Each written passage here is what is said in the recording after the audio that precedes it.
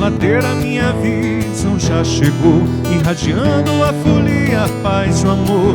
Outro fragoso te vejo na multidão, Maria Brita empurrando esse cordão. Sou Pernambuco e eu vou mostrar ao mundo o meu povo e seu valor. Sou Pernambuco e eu vou mostrar ao mundo o meu povo e seu valor. Boa noite. Empreender no Brasil já é algo surreal. Empreender como mulher é um pouco mais difícil. Mas o que faz realmente a diferença é a vontade. Essa é uma frase de 2018 de Lucimar Trindade Bigolin, nossa convidada de hoje. Lucimar é empresária na área de materiais de construção, de acabamento, de decoração e também tem uma construtora, né? Então é alguém respeitada no ramo, mas principalmente é vista como o grande ícone do empreendedorismo feminino no Mato Grosso e exemplo até no Brasil todo. Lucimar, boa noite. Boa noite. É um prazer ter você aqui conosco. Prazer enorme estar aqui com vocês também. Muito obrigado. Nós vamos bater um papo hoje muito tranquilo sobre empreendedorismo e sobre esse mercado todo que envolve material de construção, construção civil, que tem tido tanta dificuldade de sobrepor-se aos desafios, a modernidade toda, a tecnologia que tem vindo aí, e você vai poder contar para nós tudo isso, tá? Além disso, temos conosco Gel Gil, que vai abrilhantar a noite com a sua música, dar um pouquinho mais de distração e alegria para nós. Lucimar, antes de você começar, né, a gente começar a bater esse papo realmente sobre negócios, que é o objetivo desse programa, Arsenal e Comércio traz sempre grandes personalidades do comércio para contarem um pouco de como é essa vida de comerciante, esse desafio de todo dia aqui no Mato Grosso. Mas a gente queria saber de você, que é cidadã matogrossense desde 2018, se eu não me engano, veio do Sul, muita gente te trata como gaúcha, mas você estudou muito tempo em Cascavel, no Marista de Cascavel, fez faculdade lá. Você é do Paraná ou é do Rio Grande do Sul? Eu nasci no Rio Grande do Sul, minha infância toda foi lá e depois fui com meus pais para Cascavel, onde eu concluí os meus estudos até a faculdade e só depois eu vim para o Mato Grosso. É uma trilha feita por muitos, né, empreendedores. Vocês saíram do sul do país, atravessaram, vamos dizer, o Rio Grande do Sul, foram até o Paraná e veio para cá. Como foi toda essa vida, essas mudanças? Como você falou, uma trilha, né? Existem até alguns estudos na área de economia. O gaúcho fez esse caminho, ele veio conquistando o oeste do Brasil, trazendo para esse oeste a agricultura, inclusive as suas tradições também, e chegou no Mato Grosso nesse cerrado que até então era um cerrado que se dizia improdutivo, e estamos hoje com o estado como estamos, né? Então é uma trilha que foi muito normal que o gaúcho viesse subindo, vendo para o oeste de Santa Catarina, oeste do Paraná, Mato Grosso do Sul, Mato Grosso, e assim, nós seguimos isso, a minha família seguiu isso. Fazendo essa nova economia, né? Uma miscigenação de culturas e tudo mais. Buscando bacana. Novas oportunidades, porque o Brasil ele tem isso, né? Um país que mostrou durante muito tempo todas as oportunidades que a gente poderia, enquanto brasileiro, ter, né? Por isso que o Brasil hoje tem o tamanho que tem e tem o sucesso que tem nas áreas que a gente já sabe. Perfeito. A gente vai só para um pequeno intervalo, embalado pelas músicas de Gel Gil, e voltamos em seguida. Eu não vou mudar, caso morra, viva, deixe, experimente, não vou mudar. Mas por um acaso eu te feri tão forte assim, não foi por mal.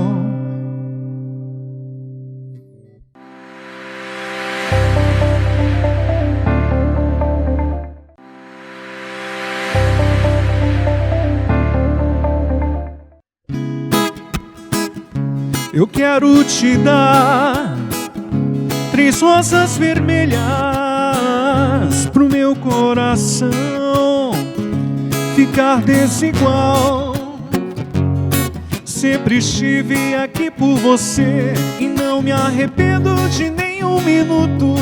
Mas o fato é que eu não sei dizer e pra mim só resta um segundo. Voltamos com Arsenal e Comércio, hoje com a música de Gel Gil e Lucimar Trindade Bigolin. Lucimar, vamos voltar para a nossa conversa agora. Agora o papo é mais sério. Você é reconhecida em todo o estado e a nível nacional como uma grande empreendedora. Você defende o empreendedorismo, tem falado muito sobre isso, feito palestras inclusive. E a gente fez questão de abrir o programa de hoje com uma frase sua, já de 2018, que falava da dificuldade da mulher empreender. E agora há pouco, ainda no intervalo, nós comentávamos de novo sobre isso. Como é essa dificuldade? Como você tem feito, tem trabalhado para se posicionar nesse mercado, né? Até porque você atua num mercado que é tradicionalmente dominado por homens. Como tem sido essa sua luta? Porque a gente sabe, você, de um determinado momento da vida, por uma grande perda, teve que se posicionar à frente dos negócios. Conta para nós toda essa história e principalmente esse seu ar de empreendedorismo, a força que você tem dado para outras mulheres.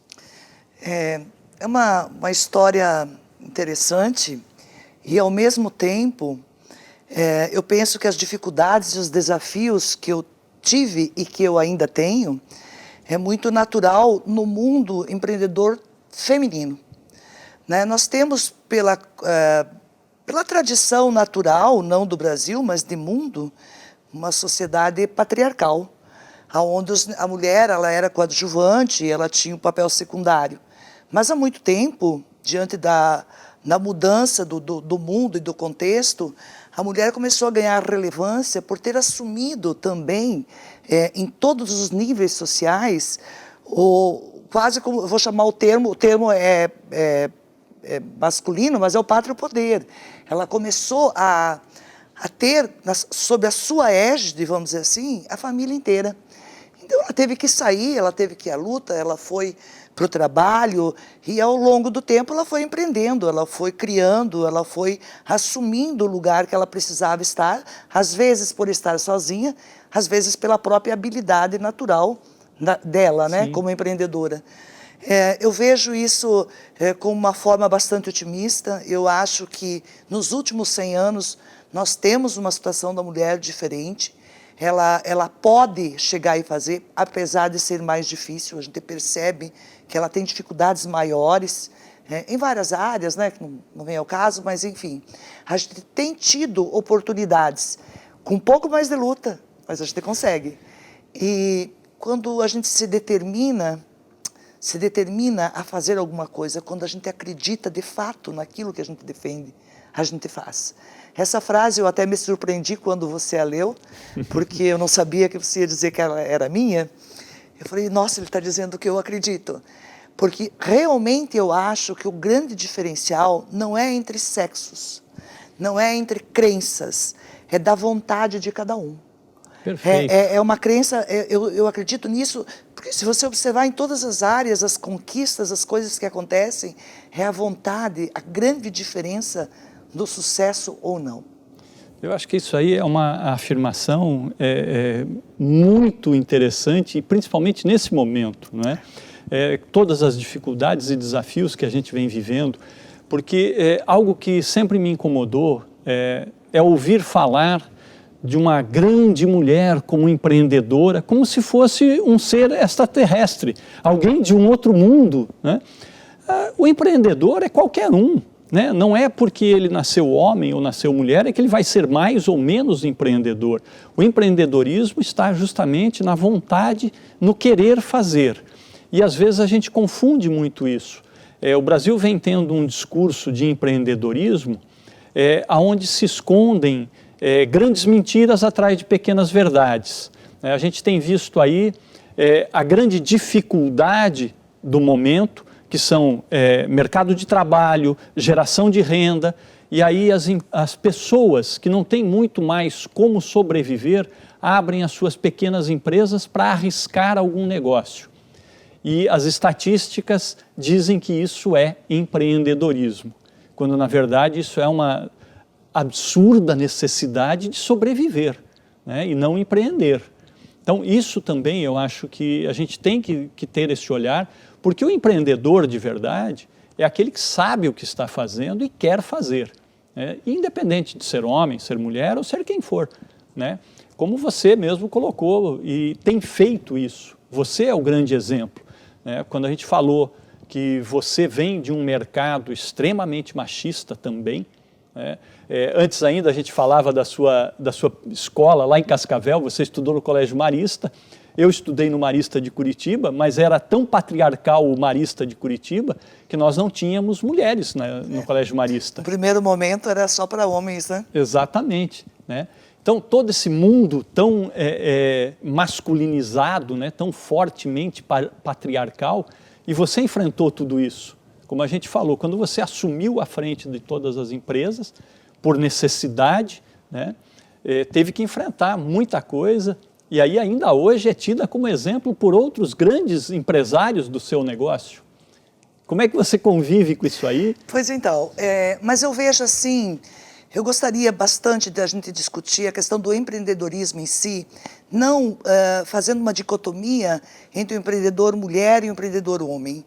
Porque eu acho que no Brasil nós temos algumas questões que elas vão muito além dessa questão entre masculino e feminino, que é a dificuldade de empreender. Nós temos um país que, ao mesmo tempo que ele oferece oportunidades, ele é um país ainda bastante difícil nessa questão, né? A gente precisa ter muita coragem, muita garra e precisa conhecer muito, porque exige da gente algo que em outros países é muito mais fácil para empreender. Então essa necessidade, essa complexidade, por exemplo, da nossa legislação, da nossa tributação, leva a gente a ter desafios muito maiores do que essa questão do feminino e do masculino. É claro que a mulher tem, como eu falei anteriormente, algumas dificuldades maiores, mas o empreendedor brasileiro, tanto de um lado quanto do outro, sofre terrivelmente pelas questões que nós temos a nível de país. E a importância que eu vejo quando uma FEComércio está à frente disso, mostrando que o empresário precisa estar unido, que o empresário precisa entender, trabalhando para que isso aconteça, muda o contexto, inclusive do pequeno empreendedor. Porque, às vezes, a pessoa, pela necessidade, ela começa a empreender e ela talvez não saiba muito bem aonde ela quer chegar, mas no decorrer da sua trajetória, ela aprende e consegue ver, e ela, de fato, ela é um empreendedor. Eu a considero um empreendedor. Mas se nós tivermos mais facilidades, instituições cada vez mais fortes, isso tudo vai melhorar muito. E quem vai ganhar é o Brasil como nação. O trabalho é em prol da sociedade, né? Exatamente. Como a gente mesmo já comentou antes do programa, a função da FEComércio hoje aqui no Mato Grosso é justamente essa, é devolver a toda a sociedade que gravita em torno do comércio condições para uma melhoria, né? E aí SESC, SENAC com a educação profissionalizante, o SESC com toda a área social voltada para o trabalhador do comércio e para o empresário, capitaneados pela FEComércio, fazendo a sua missão, executando a sua missão, dando força a esse empresariado, defendendo esse nosso comércio, que tantos desafios sofrem todos os dias, né? Enfrentando todo esse arcabouço de leis, como você colocou. Você abre uma empresa hoje, você não sabe amanhã que tipo de tributo você vai pagar ou não vai pagar, como é que as coisas vão ser conduzidas. E agora com a pandemia, então nem se fala, né? Eu não sei como é que você tem visto isso, tem vivido isso e sobrevivido a isso tudo, né? Eu penso que esse é um momento ímpar, né? Na vida de todos nós, na vida do mundo, e mais desafiador impossível, porque de um momento para o outro você não tinha nem aonde copiar ou a quem se espelhar para saber qual que era a melhor prática, o que você poderia fazer para poder se sair um pouco melhor ou menos pior. Então, esse momento do mundo trouxe para todas as pessoas e, obviamente, para todos os empresários do comércio, enfim, uma necessidade muito grande de se reinventar. Todo mundo precisou se reinventar, se reposicionar a nível de mercado, e a gente ainda continua fazendo isso, porque nada não acabou, e a cada dia que passa, novos desafios vêm, e você precisa estar ligado naquilo que está acontecendo, o mundo agora caminhando um pouco melhor, e entendendo um pouco mais o que está nos acontecendo, e a gente realmente tentando acompanhar isso tudo. Eu acho que isso aí também vamos dizer, guardadas todas as proporções, é claro, é aquilo que a gente tem dito sempre, ninguém vai deixar de sofrer com a dor de tudo o que passou, foram dezenas de milhares de pessoas, né? Não tem nenhum conhecido, nenhum amigo que não sofreu com a morte de um ente querido, não passou por algum problema mais grave, mas o desafio foi interessante, porque nos fez realmente, como você colocou, reinventar. E o reinventar é necessário. Eu acho que uma sociedade cresce a partir dessa necessidade de reinvenção. As pessoas aprendem, se esforçam mais e criam novos caminhos. As dificuldades nos trazem oportunidades, né? A gente tem historicamente que todas as grandes dificuldades trouxeram as grandes criações.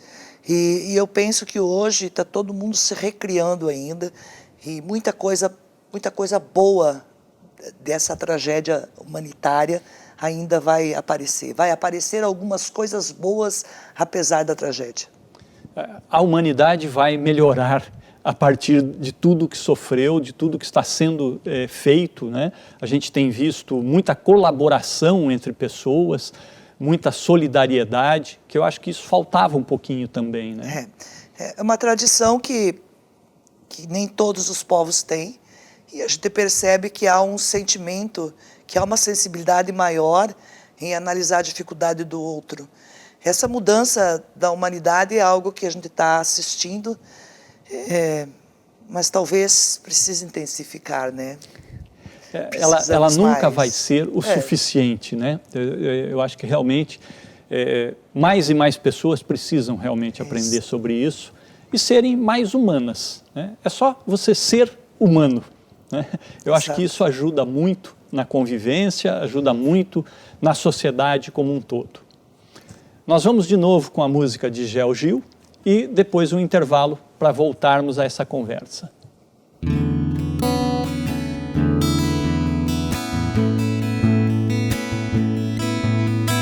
Há uma fronteira que divide o coração de quem se ama, uma trincheira mal cavada e um som que nos engana. No campo de batalha, sou seu único refém. Nossos corpos se enlaçam porque você não vem.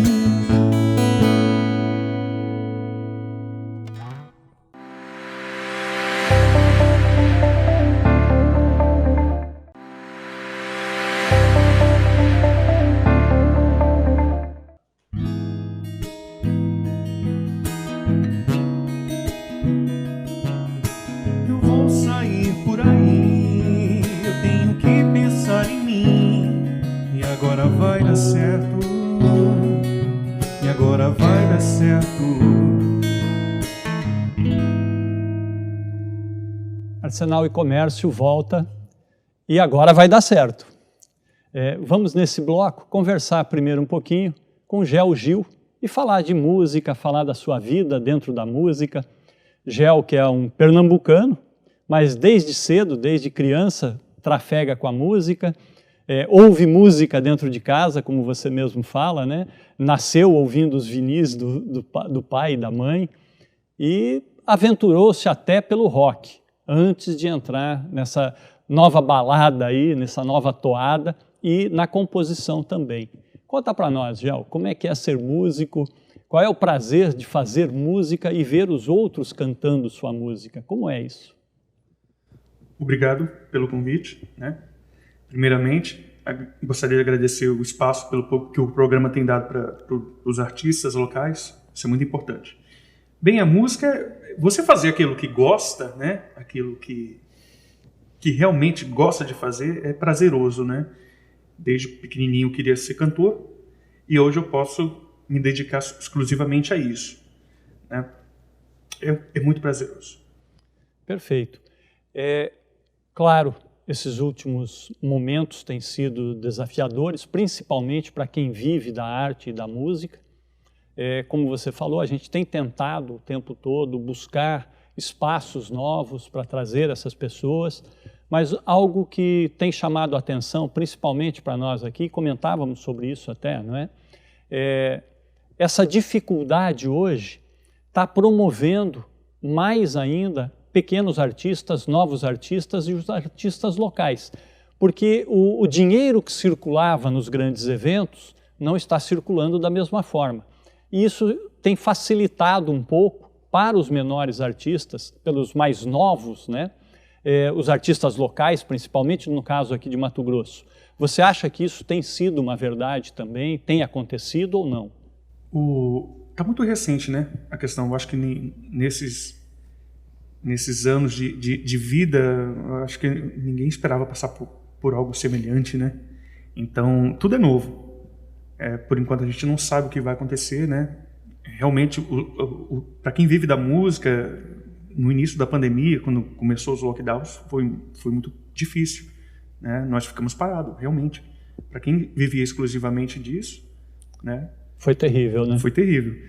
Bem, eu não posso dizer o que vai acontecer agora, como é que tá, mas eu espero que as suas palavras agora sejam aplicadas, né, de primeiro momento, assim que tudo isso começar a passar, né? Realmente, quem perdeu mais com isso na classe artística foi o pessoal desconhecido, né, na realidade, né? Porque os conhecidos, né, a gente acharam sabe, uma forma, né? Com certeza.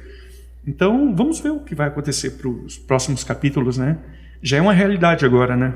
Agora Sim. já está caminhando. Daqui para frente nós temos já um norte, né? Temos. Fácil ou não, ele já está mais bem traçado, né? Está acabando. E a importância da música, da arte, para ajudar as pessoas agora a retomar isso aí, né? A terem mais força, mais coragem, terem alguns momentos a mais de prazer. Eu acho que isso é muito importante. Na música eu me encontro, né? É onde eu jogo minhas frustrações, alegrias, raivas, né? Então eu me encontro nela. Então, com certeza, o que eu emano para as pessoas, eu acho que chega de alguma forma também, né? Então, nesse momento, principalmente que a gente ficou dentro de casa, né? Então a música foi a minha salvação, né? Foi estar com a família mais presente, né? Foi me dedicar um pouco mais à minha musicalidade. Então foi o que me salvou. Se me salva, eu acho que eu tenho essa obrigação de levar as pessoas, né? E fazer com que chegue no coração, no ouvido. Então as pessoas vão precisar de emoção, vão precisar ainda de prazeres, né? De tranquilidade. Então é isso que eu tento emanar com a minha música. Precisa abstrair um pouco desse problema. Vamos ver tudo nos próximos capítulos. Falar em próximos, vamos voltar atrás agora, voltar no tempo. Eu não posso deixar de questionar o Gel aqui.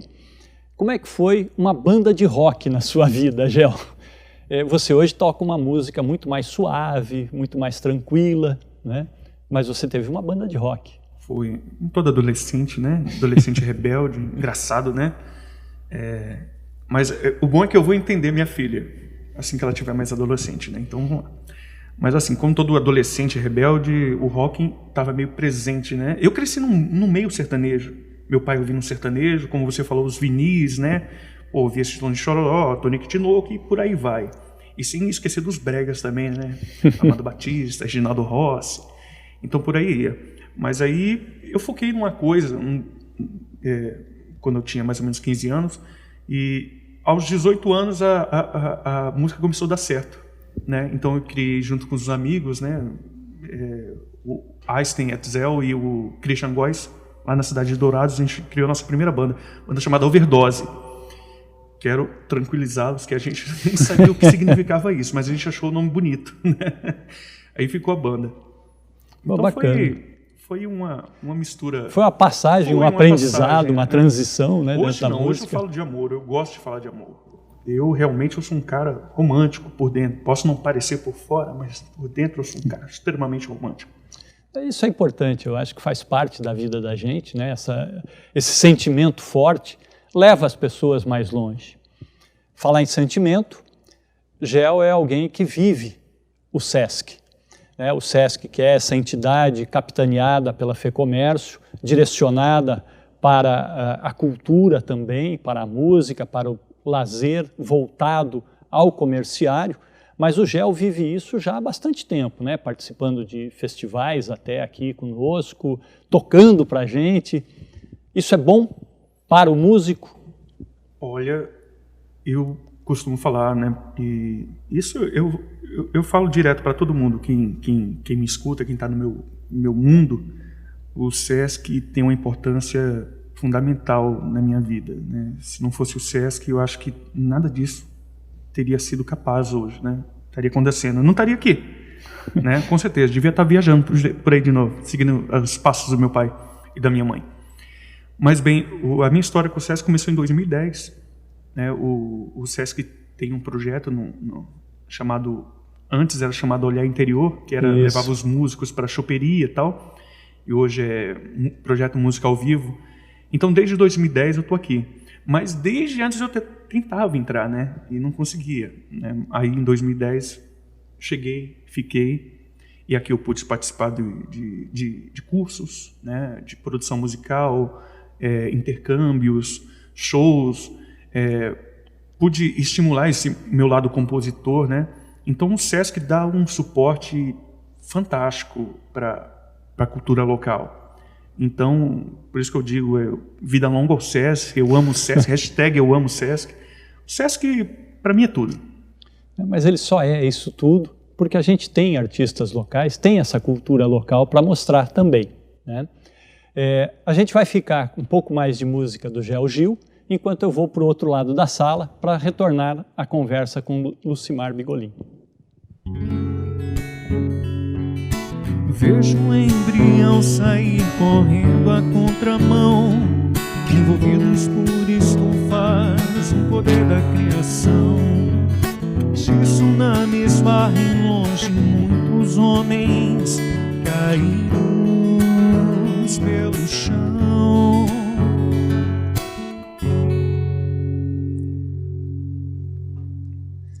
Do lado de cada sala agora, com Lucimar de novo. Lucimar, vamos aproveitar esse momento mais tranquilo, já ouvimos uma música. Vamos falar da pessoa Lucimar agora um pouquinho? Conta para nós como é a Lucimar, porque empresária todo mundo sabe, todo mundo conhece, todo mundo te admira muito nesse mercado de sucesso que você tem feito. Mas a Lucimar mãe, a Lucimar avó, como é que é isso aí? Eu não consigo separar como se eu fosse mais do que uma pessoa, quer dizer, é um conjunto, e você administra dentro desse contexto. Os meus filhos são adultos, mas quem é pai e mãe sabe que filho é sempre filho, né? Então não importa a idade que tenha, você tem sempre uma preocupação muito grande, desejos muito grandes, vontades de que tudo dê muito certo. Esse momento avó é algo que só quem experimenta sabe. Eu tenho navegado dentro desse universo com as minhas obrigações, que são sempre bastante... que pegam bastante do meu tempo, mas a gente tem convivido, a gente tem conseguido navegar, né? Nesse último ano, a gente tem um olhar mais voltado para dentro, pelas próprias questões de não poder ir e vir, como nós estávamos acostumados. E isso, de uma certa forma, não só para mim, mas eu observo para todas as pessoas, fez com que cada um vivesse um pouco mais a sua família, que é um dos lados positivos disso tudo que a gente está vendo, né? E isso se refletiu em basicamente tudo. Então, na minha vida pessoal, isso também teve uma consequência, que é esse estar junto, ao menos dos filhos e do neto, mais, né, porque a gente teve que ter afastamento dos mais velhos também, de uma certa forma, mas com cuidado é possível ver. E a gente vem levando, é isso. A gente tem que ser artista no dia a dia, porque também nesse novo momento houve uma exigência maior de todos os empresários. E eu costumo dizer que nós estamos vivendo um momento que está todo mundo exausto, né? Porque exigiu da gente muito mais do que a gente dava. A gente já achava que era muito, mas de repente foi mais, por causa das coisas novas, pelas inseguranças. Mas a vida é isso, a vida é sempre um desafio.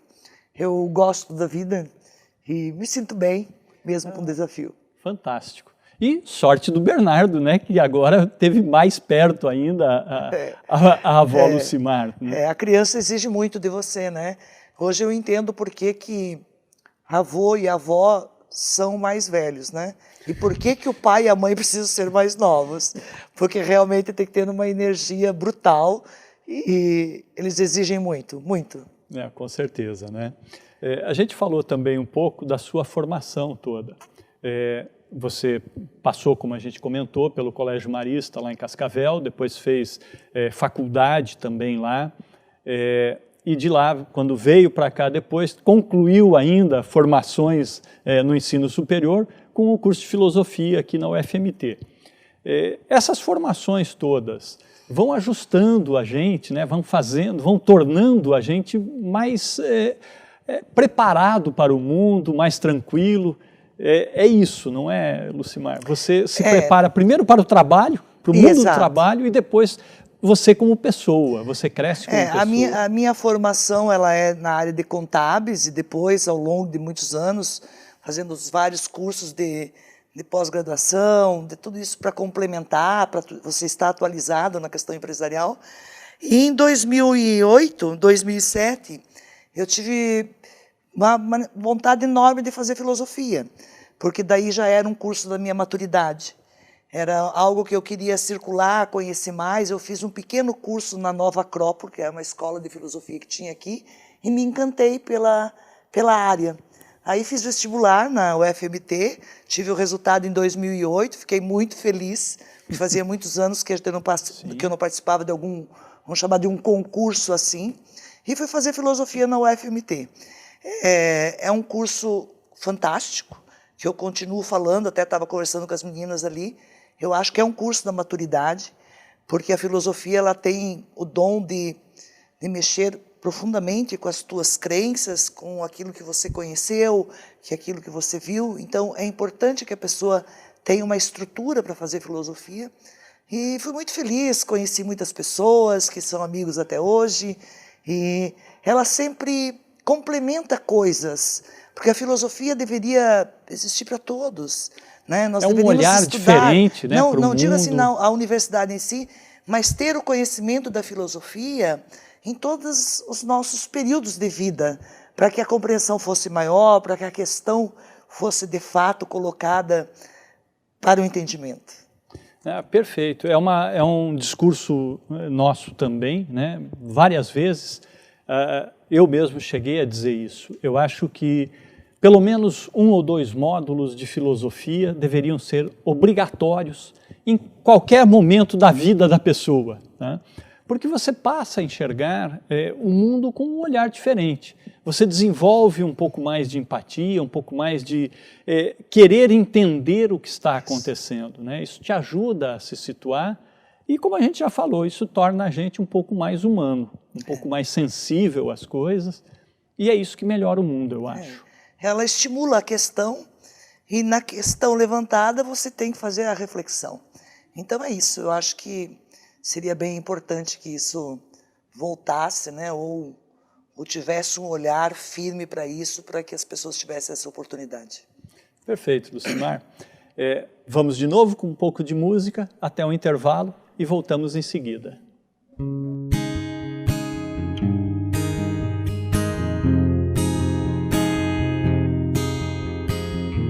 coisa mais bonita, olha ali o meu amor.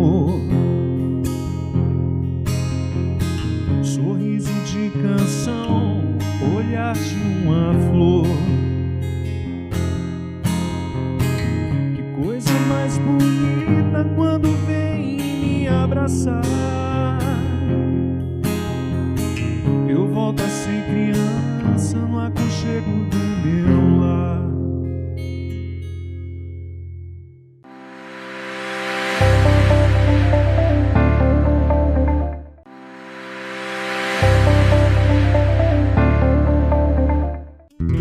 Eu não me prego peças, eu não peço arrego. Mesmo que as marcas do passado me sufoquem o peito, quem sabe eu vou estar ao teu lado, só pra ver o pôr do sol. E ao amanhecer um beijo, e depois então me diga adeus. De volta com Arsenal e Comércio, esta noite, Gel Gil com a música, embalando a conversa de negócios com Lucimar Trindade Bigolin.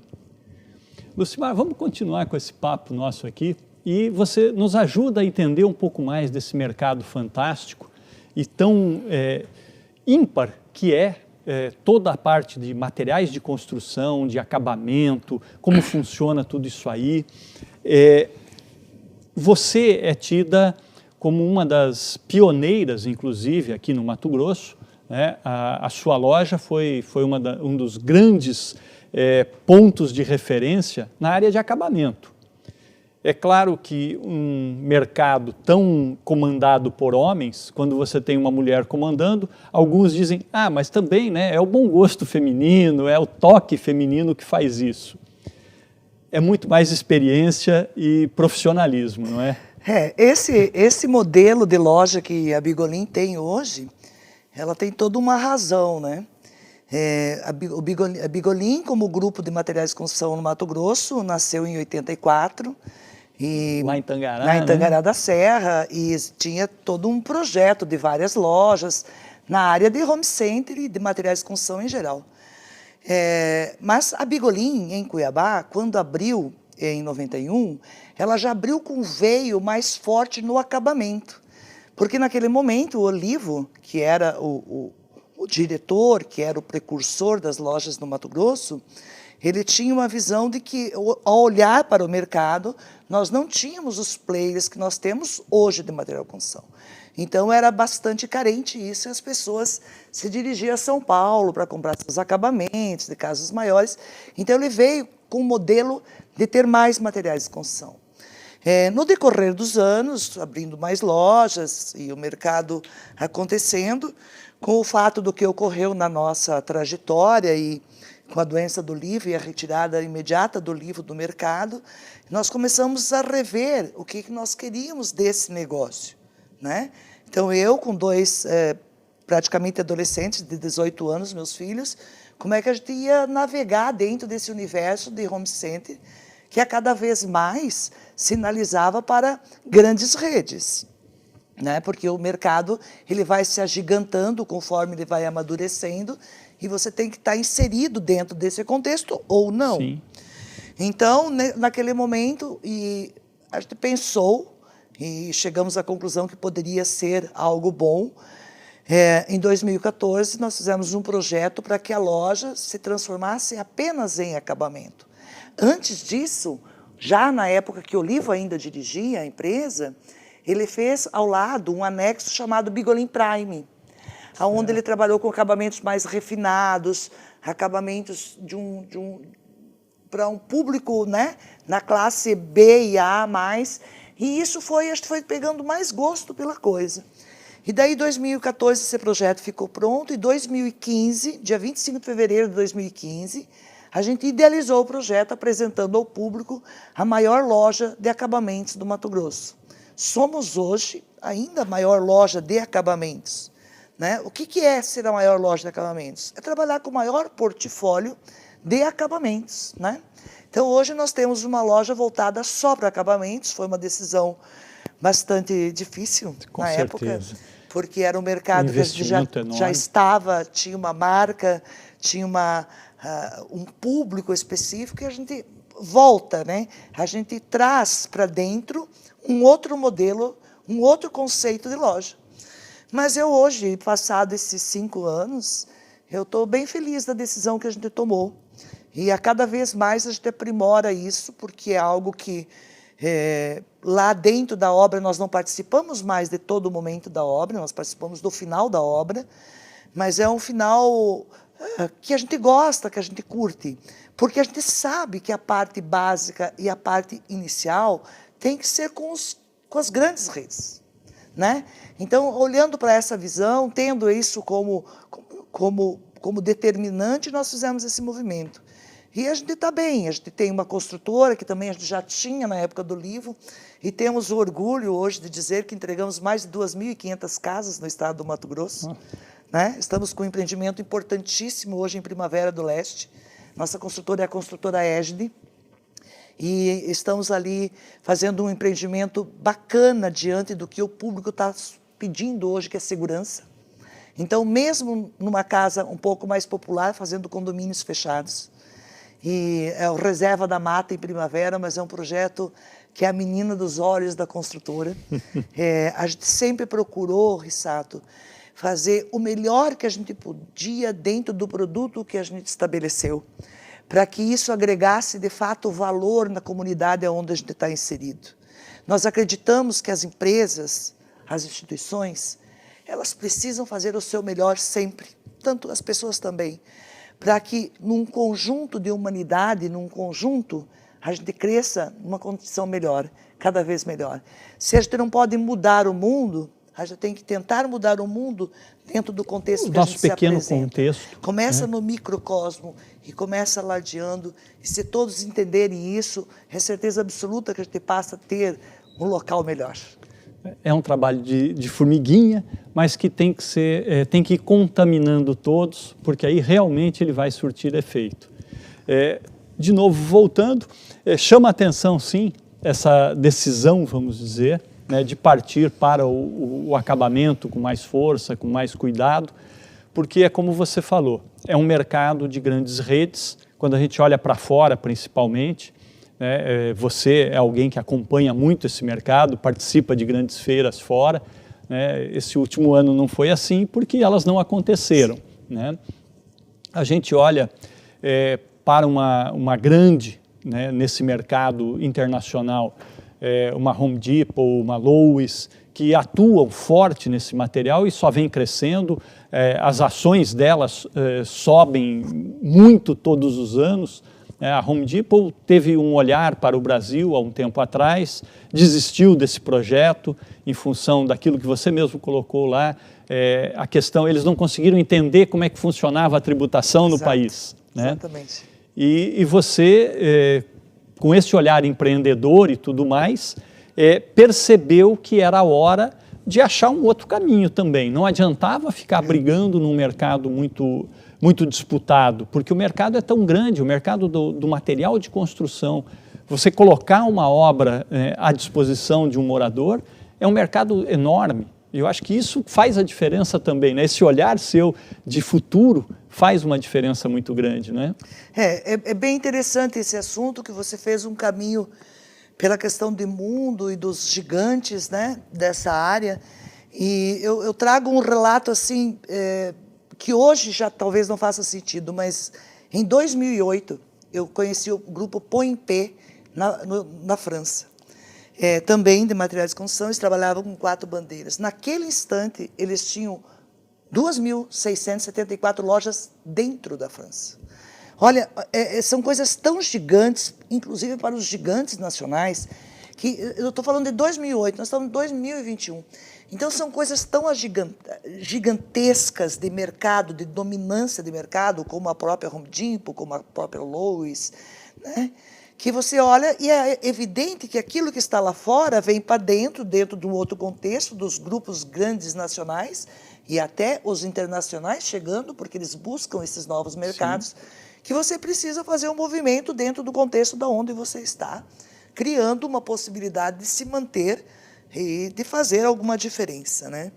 Agora, falando da questão da construção em si, Para um país como o nosso, que tem um déficit habitacional gigante ainda, apesar de toda a programação que existiu com o programa Minha Casa Minha Vida, e agora foi reformulado, inclusive, e é um programa que precisa continuar, porque nós temos que assistir essas pessoas que não têm habitação, e é algo que a nação, num momento como está hoje, ela, através da construção, ela consegue movimentar um grande público desempregado hoje.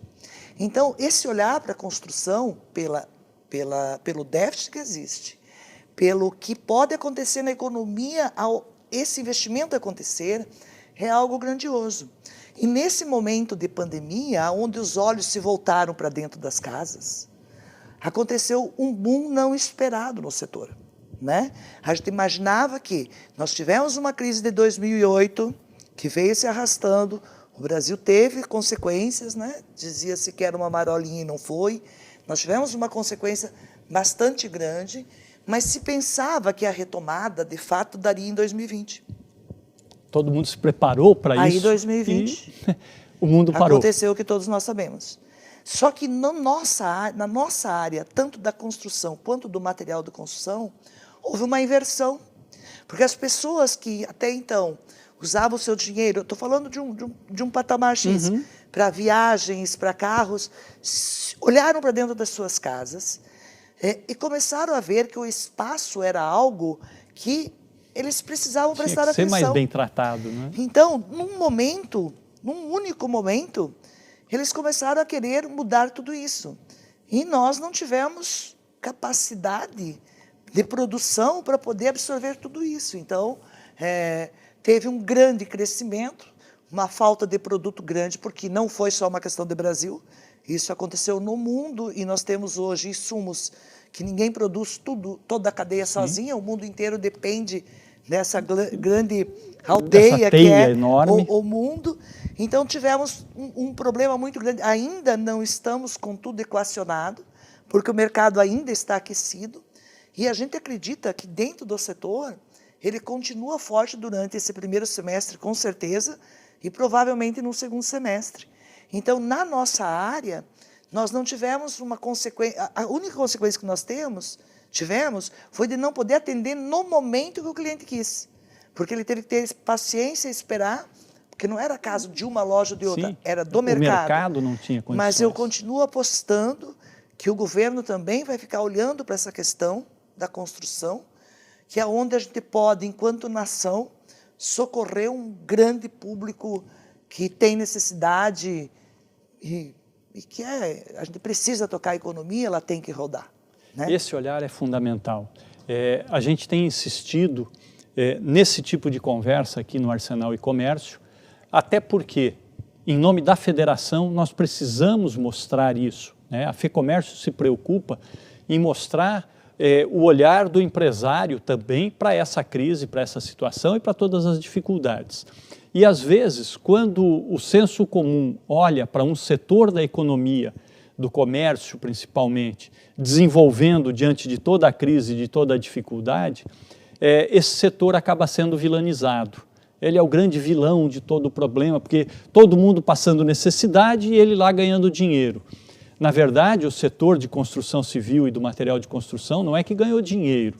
Ele sofreu menos com os desafios porque ele promoveu alguma prosperidade no meio de toda essa crise, né? Melhorou a condição de habitação das pessoas e promoveu empregos também. Muita gente desempregada, sem condição de trabalho, passou a fazer alguma coisa dentro da área de material de construção ou da construção civil. Eu acho que isso é muito importante, que todos entendam isso, né, para ver que o setor se desenvolveu sim, talvez não da forma como seria ou como deveria, como estava planejado, mas esse desenvolvimento não foi exploração da crise, foi sim o grande apoio em prol da sociedade, de uma melhora na situação toda, não é? Foi o desejo e a necessidade que as pessoas tiveram de melhorar dentro desse contexto. Então, nós estávamos ali nesse momento. Mas eu penso que o empresário brasileiro, em nenhum momento, o empresário do nosso setor, em nenhum momento acha que isso foi uma coisa positiva para ele. Porque tem que ter o olhar do que ocorreu na economia mundial e das dificuldades de todos os outros setores. Mas tem outros setores que, tanto quanto o nosso, e talvez muito mais, também cresceram, porque em todas as situações, tu tem os que se elevam e os que caem. Por exemplo, olhar para a questão digital, olhar para a questão da inovação, olhar para esse contexto que existiu com essa mudança de hábitos e tudo, foi um agigantamento também dessas áreas. Nós, na área de construção e materiais de construção, ficamos realizando sonhos e necessidades para poder fazer com que as pessoas se acomodassem e, inclusive, continuassem a produzir. Por exemplo, é difícil hoje alguém fazer um projeto de uma casa ou alguém não pensar em seu apartamento sem um espaço de trabalho. Esse espaço de trabalho dentro dessas habitações, elas não eram tidas como algo importante. A partir de então, ficou como importante porque essa é uma realidade que veio para ficar. Então a pessoa está fazendo e se acomodando de tal forma que ela consiga produzir também dentro da sua habitação. Então a gente percebe reformas e muitas coisas para poder viabilizar que a economia, de alguma forma, continue andando. Perfeito. Nós estamos chegando ao fim deste bloco, vamos ouvir mais um pouquinho com Gel Gil e voltamos em seguida. Estou à deriva nessa imensidão, nenhuma notícia ou embarcação. Então a noite cai e eu nesse desterro fecho os meus olhos, quem sabe assim eu te vejo.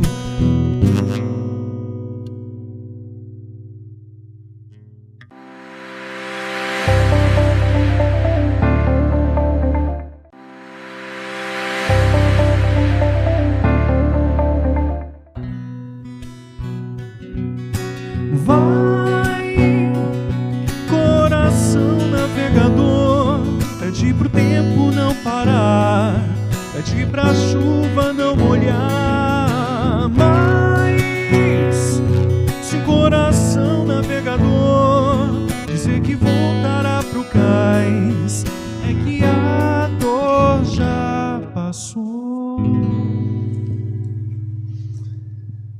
Arsenal e Comércio de volta. Agora, no último bloco, programa de hoje, navegamos com a música de Gel Gil e conversamos de uma forma muito clara, muito gostosa, com Lucimar Bigolin. Lucimar, é o nosso último bloco, você fica à vontade agora.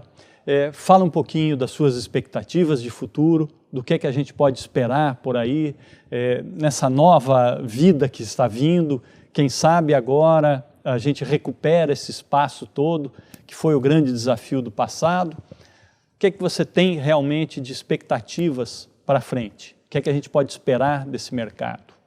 Eu acho que a grande expectativa é olhar para esse momento e, se estamos aqui, somos vencedores, né?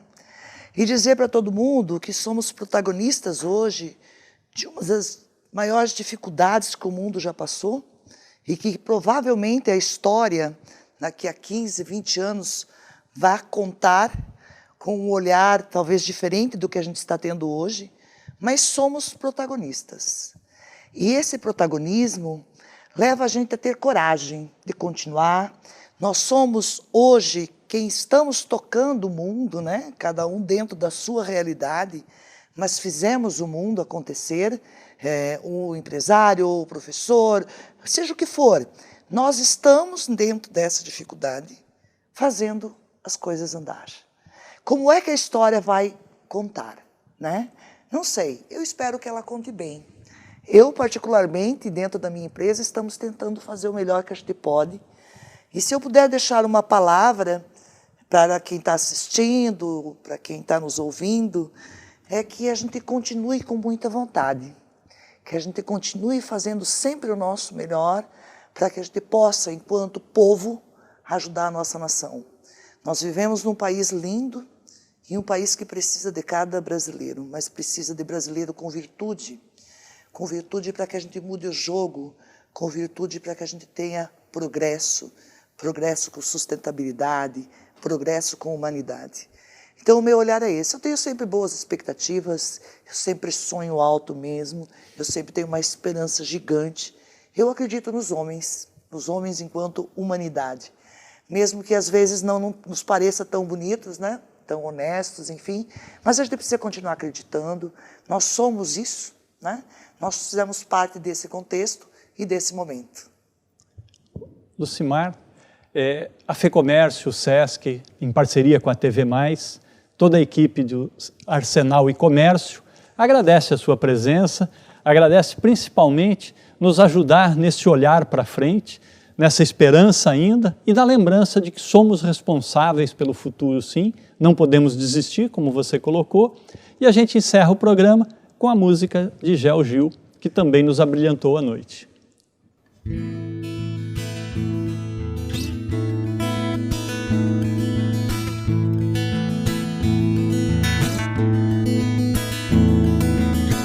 Quem te levou um beijo, ó, beija-flor, tão lindo e doce quanto o teu calor, vai dizer que o amor ainda vive em mim, vai dizer que o amor ainda vive em mim.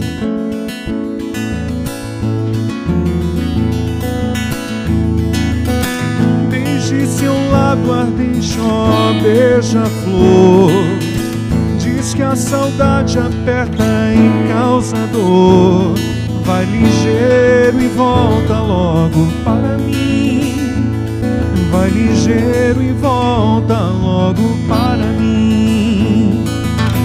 Traga paz e deixe-a de flor em flor, só não me esconda nada, ó cantador, nem a melodia doce de um sussurrar, mas não demore muito, beija-flor, volte pra lá.